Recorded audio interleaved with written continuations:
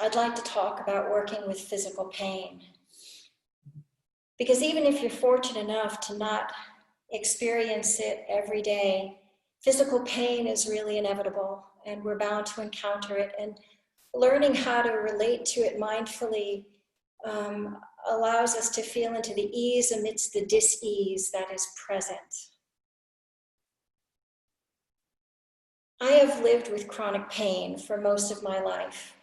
Chronic migraines 5 out of 7 days for most of my adult life. So I speak from experience when I talk about pain. And the experience has taught me that it needs to be noticed, and it needs to be felt, and it needs to be considered. We want to consider how to hold it and how to soothe it, because the body carries this pain for us, for us. For many years, I hid the pain from myself and from others.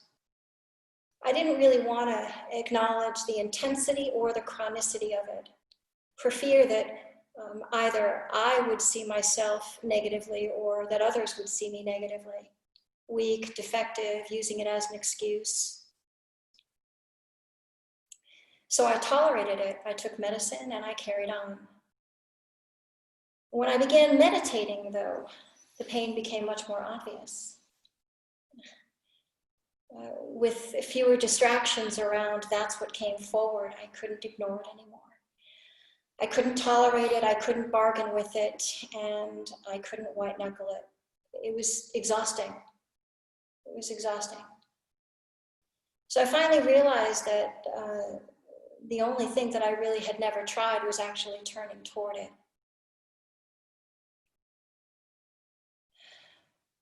And in so doing, that allowed me the ability to feel into how I might hold it better in real time. And this is not something we are wired to do. We are not wired to move toward pain. So I needed to move slowly and dipping one toe into the water at a time, and then gradually wading in and feeling into how to hold it differently. Most of us are afraid of pain. We're afraid to feel the pain, afraid that it's going to overwhelm or get worse if we turn toward it. But just like a child who is hurt and runs over to a parent's lap, to the arms of a parent who can hold it, so it is with our pain. So it is with our pain. And this is what mindfulness really offers, is it offers a way of holding, of soothing, and of relating to it, and whether it's relating to something well, whether it's the difficult or the beautiful. So I began to use pain as the object of my meditation, as the object of attention, because it was the most noticeable object in sight. And I used it as a guide to help me navigate, to help me consider, how do I hold this more kindly, more mindfully, more caringly, as I would hold another.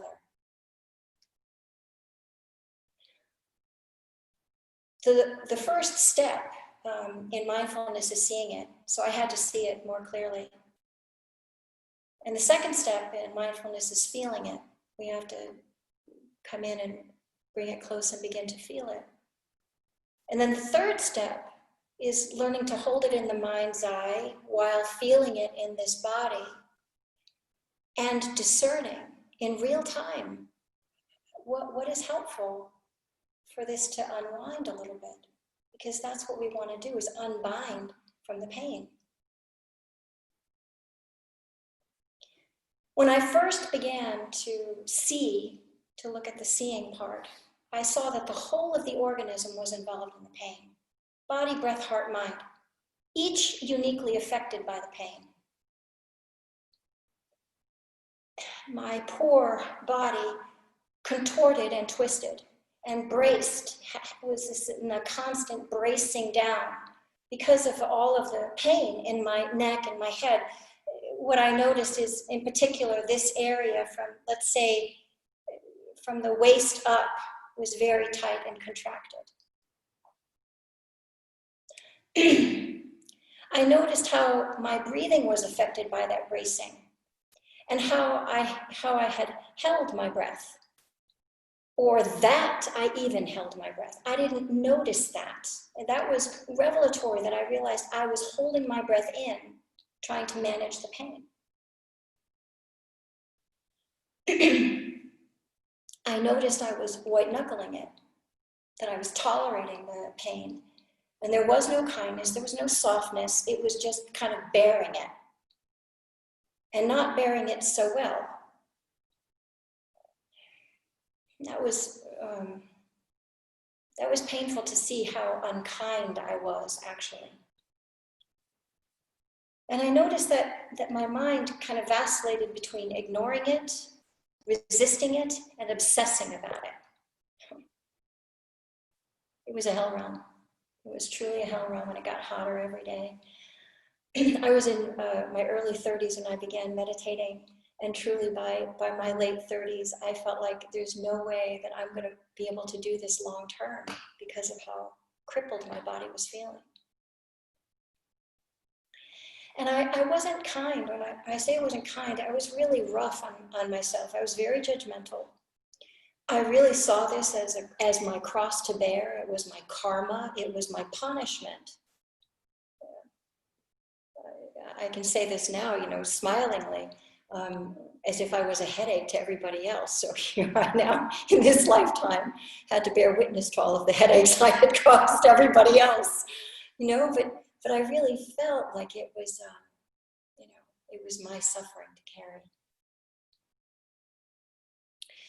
carry. But what I found is sometimes just seeing and naming the pain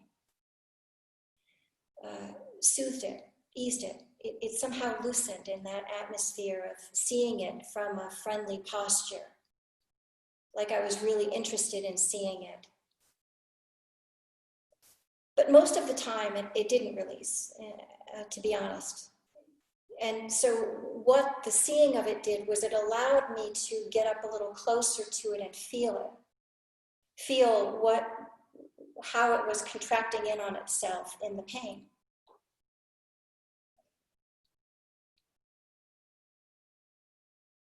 Feeling the pulls gives you a sign, a very useful sign. It's a rudder. It's a rudder that you can use to explore how to hold the pain and how to, at the same time, create some space so some of it can release naturally of its own accord.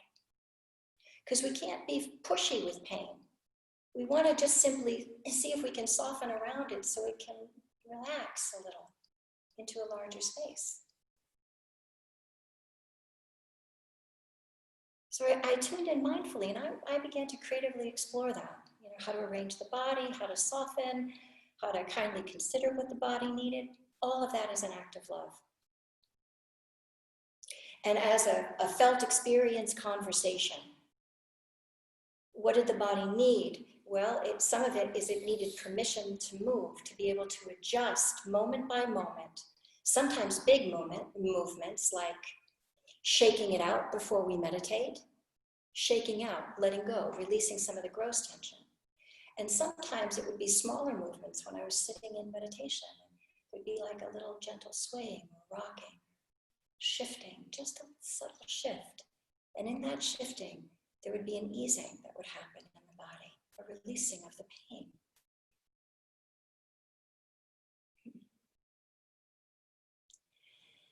And with this kind of tuning in kindly and listening to how the body was feeling, I began to sense my mother and my grandmother and how they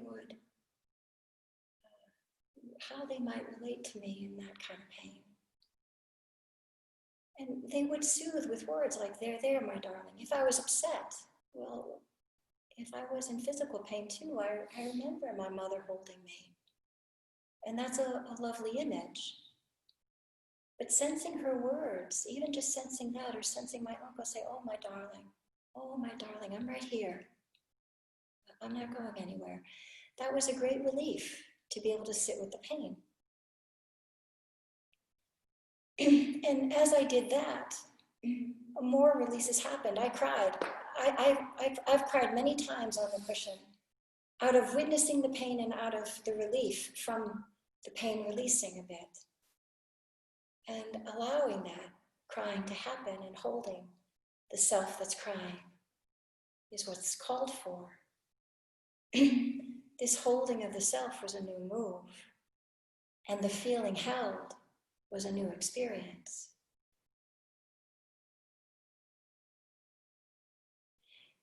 These are the two positions that I'd like us to start with as we begin to maybe play around with the experience of pain, is holding and being held. Holding and being held. I'd like us to maybe, if we would, play this out this morning with our meditation, with experientially seeing how to work between these two positions, and by bringing forward some discomfort that might naturally arise for you when you sit down on the cushion. You may not live with chronic pain, but for all of us, when we sit on the cushion, or most of us, at some point or another, the body asserts a certain kind of achiness. It kind of announces itself that it's a little uncomfortable and it wants to move. Well, before you actually just kind of automatically move, pause there and just sense into that discomfort. Notice it enough to name it. Oh, discomfort. The knee is uncomfortable. Land there, take a breath and feel it. Begin to just sort of breathe and feel it. Oh, discomfort. This is what the discomfort feels like. Maybe hot, maybe burning, maybe pulling. That's the sign. The hot, the burning, the pulling, that's the sign. Now, with that sign, let's see if we can breathe in a different way, soften around, soften, breathe through, breathe with, breathe around that discomfort. See if we might gently shift our weight ever so slightly and see if it will soften, the area will soften around that tightness. And let's check our attitude, that our attitude is that quality of caring attention, interested in that sense of ease.